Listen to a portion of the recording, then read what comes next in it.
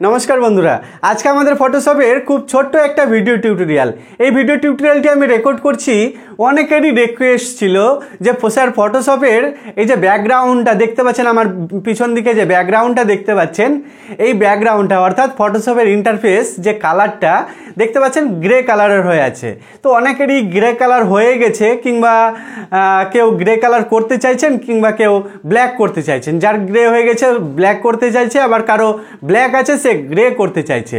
তো অর্থাৎ এই যে ব্যাকগ্রাউন্ড ফটোশপের ইন্টারফেস, এই ইন্টারফেস ব্যাকগ্রাউন্ডটা আমরা কিভাবে চেঞ্জ করব, এটাই আজকের এই ভিডিওটির মাধ্যমে আমি আপনাদেরকে শেখাবো।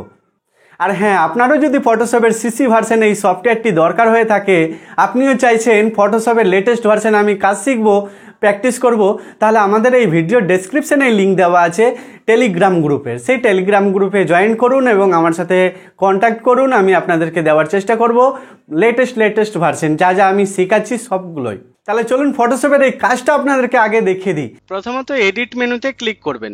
দেখুন আমি এডিট মেনুতে ক্লিক করলাম। তারপরে একদম নিচের দিকে একটা অপশন আছে প্রিফারেন্স নামে। দেখুন আমি প্রিফারেন্সে ক্লিক করলাম।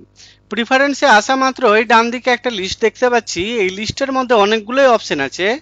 তার মধ্যে ইন্টারফেসে ক্লিক করব। দেখুন ইন্টারফেস অপশনটা উপর থেকে 2 নম্বর, মানে উপর থেকে 2 নম্বরে আছে ইন্টারফেস। এই অপশনটাই একবার ক্লিক করে দেব। ক্লিক করা মাত্র একটা ডায়লগ বক্স ওপেন হয়ে গেছে। এই ডায়লগ বক্সের মধ্যে শুরুতেই দেখুন লেখা আছে কালার থিম। এই যে দেখতে পাচ্ছেন, এই কালার থিমের বিভিন্ন থিম দেখতে পাচ্ছি, যেমন ব্ল্যাক দেখতে পাচ্ছি, একটু হালকা গ্রে কালার, তারপরে আরো হালকা, তারপরে আরো হালকা। তা আমার কোনটা করা আছে এখন দেখুন এটা অ্যাক্টিভ হয়ে আছে। তা আমি কি করব, ব্ল্যাক করব। তো ব্ল্যাক করার জন্য ব্ল্যাক কালারটায় ক্লিক করব। দেখুন সঙ্গে সঙ্গে আমার স্ক্রিনটা ব্ল্যাক হয়ে গেছে। এবার ওকে করে দিব। আবার কারো মনে করুন ব্ল্যাক আছে, গ্রে করবেন, তো কি করবেন, এডিট মেনুতে যাবেন, দিয়ে প্রিফারেন্সে গিয়ে ইন্টারফেসে ক্লিক করবেন। ইন্টারফেসে ক্লিক করার পর এখান থেকে ব্ল্যাক যদি না চান তাহলে এটা করতে পারেন, এতটা গ্রে করতে পারেন, মানে সম্পূর্ণ ব্ল্যাক একবার পুরোপুরি না।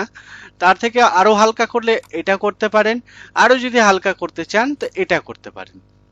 দেখুন কত সহজভাবে আমাদের কাজটা হয়ে যাচ্ছে। তো আমি ব্ল্যাকই রাখছি।